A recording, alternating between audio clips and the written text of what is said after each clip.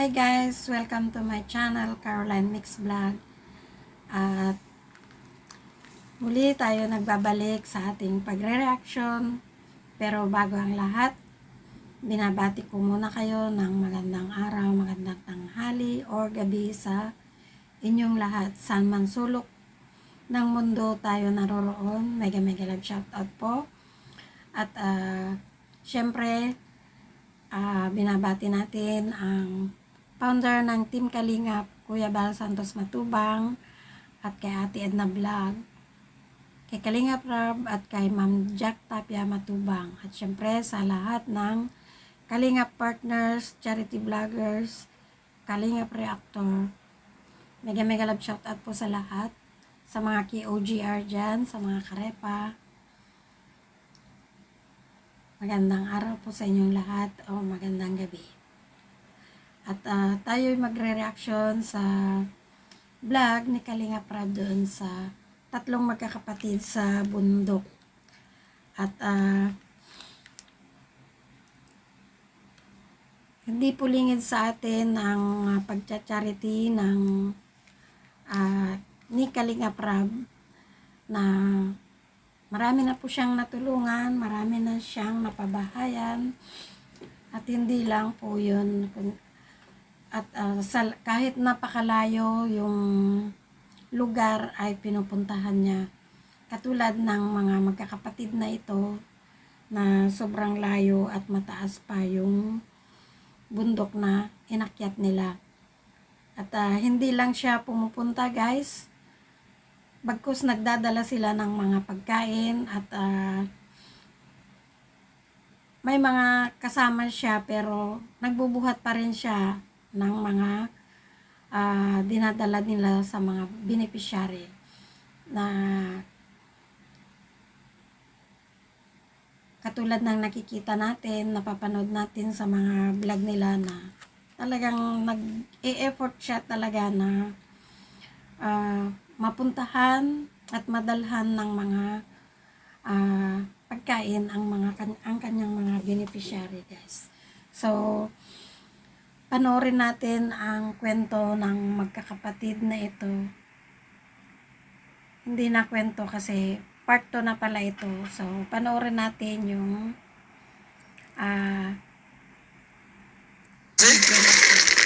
Ha? Tapos na? So may dala akong bigas, saka groceries dyan. Ayan. So, ayan, wait lang ha. Oh, may muna. Ang pagod. May tubig po. Uy, sige, mamaya na. Thank you. So, kumusta kayo? Mabuti lang po. Okay naman? Opo. Ang taas talaga nitong lugar nyo. Ayan, bigyan yung grocery daw, paabot daw, bro. Vincent? Doc. Ayan, grocery. Ito, may grocery akong dala sa inyo. Kasi nung nakaraan ay, nung nakaraan kasi, di ba, di ako nakadala. So, ito, magdala ako ngayon para sa inyo. So, yan, dito muli, nagbalik ako para kumustahin kayo. And, syempre, another day, another blessings na naman po para sa ating mga beneficiary. So, merenda na kayo? Merenda na kayo? Di ba? O, sakto to. O, sinapay. Busog pa man. Busog pa naman. O, ito, may toothbrush dito. Toothbrush, may shampoo. Ayan. Ito, toothbrush. Tinisan kayo niyan. Ayos ba? Opo. Okay? Ito pa lang to, ha? Ayos ba? Salamat po. Salamat po. Tapos,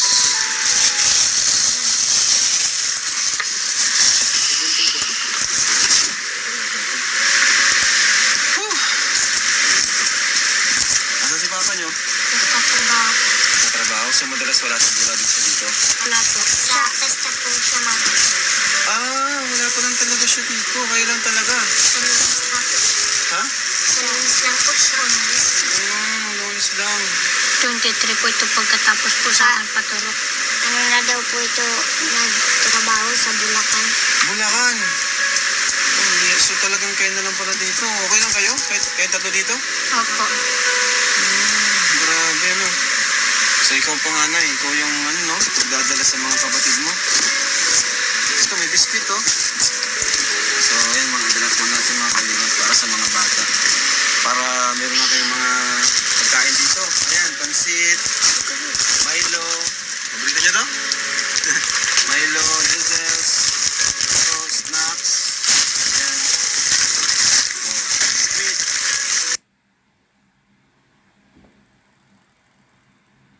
Ang dami. Kailangan mo daw to yung ano, electric pan, ang lakas. Kailangan mo lang. Number 1 mo lang. Yun. So yan guys, nakita nyo yung mga tatlong magkakapatid na tatlo lang sila talaga sa bahay nila sa araw-araw, gabi-gabi. Kasi nga, yung tatay nila is nagko-construction at sa malayong lugar pa. Kaya sila lang talaga na magkakapatid diyan sa bahay nila na napakalayo at bukod sa malayo na mataas pa. So kung may emergency o ano is napakahirap talaga sa sitwasyon nila. Pero syempre no choice po sila. Kaya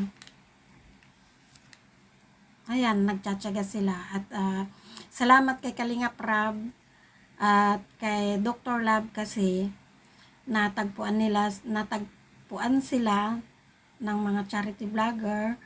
So natutulungan sila ngayon ay natutulungan nila. So salamat kay Kalingap Rab na may busilak na puso sa pagtulong sa mga mahihirap na kagaya ng mga batang ito. At na yun nga, gaya ng sinabi ko na kahit na napakalayo ay pinupuntahan nila. So yan guys, nagdala sila ng mga pagkain, bigas na para sa mga batang ito. At yun nga yung sabi ng panganay na alas 3, alas 4 ng madaling araw ay gising na siya para para magluto ng kanilang pagkain bago niya iwanan yung dalawa niyang kapatid kasi malayo pa yung lalakarin niya para papasok sa eskwelahan. So napakatyaga po ng panganay na ito at makikita po natin na mahal niya po yung dalawa niyang kapatid. Na sa murang edad niya ay siya na yung nag-aasikaso sa dalawa niyang kapatid. So sana guys ay may mag-i-sponsor sa kanila at mapabahayan sila sa mas malapit po sa bayan or sa barangay na yung convenient na hindi man gaanong convenient pero at least man lang hindi na sila malayo sa barangay.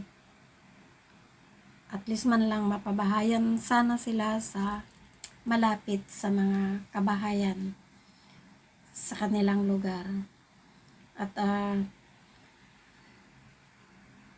katulad yung ng mga batang ito na talagang believe ako sa kanila at relate din ako sa aking kabataan na yung ikaw yung mag-aasikaso sa mga kapatid ay hindi po madali para sa isang katulad nito na bukod sa malayo na siya lahat talaga nag-aasikaso sa magkapatid na ito. So yan guys, at